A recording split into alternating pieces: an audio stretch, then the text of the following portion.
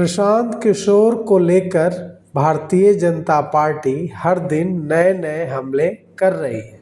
प्रशांत किशोर पर नया हमला, ताज़ा हमला ये है कि पूरे पटना में प्रशांत किशोर के पोस्टर्स लगाए गए हैं, जिसमें प्रशांत किशोर के सिर पर मुस्लिम टोपी और हाथ में नोटों की गड्डी दिखाई गई है।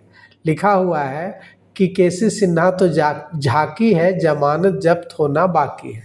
अब सवाल उठता है कि प्रशांत किशोर के हाथों में भारतीय जनता पार्टी जो नोटों की गड्डी दिखा रही है, ये नोटों की गड्डी किसकी है? अगर प्रशांत किशोर ने करप्शन किया है, करप्शन का पैसा है प्रशांत किशोर के पास, तो भारतीय जनता पार्टी की राज्य में भी सरकार है, भारतीय जनता पार्टी की केंद्र में भी सरकार है, भारतीय जनता पार्टी के पास ईडी है, सीबीआई है, तमाम जांच एजेंसियां हैं। प्रशांत किशोर पर कोई एफआईआर दर्ज कर हवाला, प्रशांत किशोर पर भ्रष्टाचार, धन शोधन जैसे एफआईआर दर्ज कर क्यों नहीं भारतीय जनता पार्टी की सरकार प्रशांत किशोर को जेल भेज देती है? प्रशांत किशोर के पास जो पैसे हैं वो प्रशांत किशोर ने अगर गलत तरीके से कमाए हैं, करप्शन करके कमाए हैं, जनता के पैसे लूट कर कमाए हैं, तो भारतीय जनता पार्टी को उन्हें जेल भेज देना चाहिए। लेकिन भारतीय जनता पार्टी तो पोस्टर लगा रही है और पोस्टर लगाकर प्रशांत किशोर के हाथों में नोटों की गड्डी थमा रही है। ये नोटों की गड्डी किसकी है? यह जवाब तो भारतीय जनता पार्टी को देना होगा, क्योंकि प्रशांत किशोर पर अगर किसी भी तरह का भ्रष्टाचार का मामला है तो भारतीय जनता पार्टी तो कोई विपक्ष में है नहीं जो भारतीय जनता पार्टी को एफआईआर करवाने में दिक्कत हो रही है।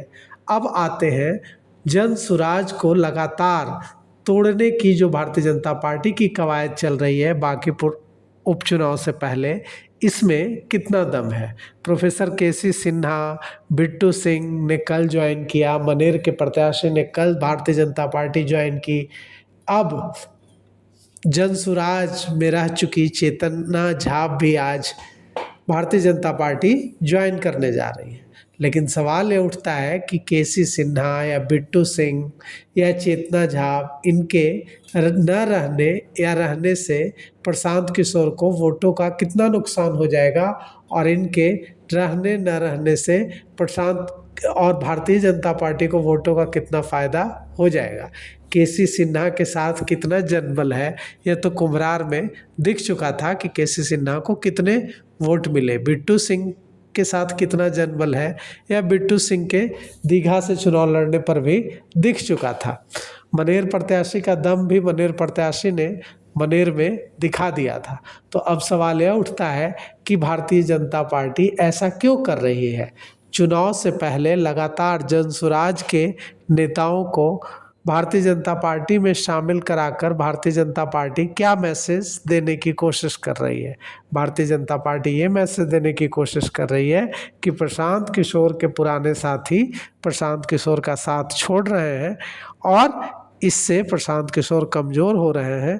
अब देखना यह है कि प्रशांत किशोर के पुराने साथियों का चुनाव से, बांकीपुर उपचुनाव से ठीक पहले साथ छोड़ने से प्रशांत किशोर को घाटा होता है, या ऐसा करके भारतीय जनता पार्टी अपना और ज़्यादा नुकसान करा लेती है।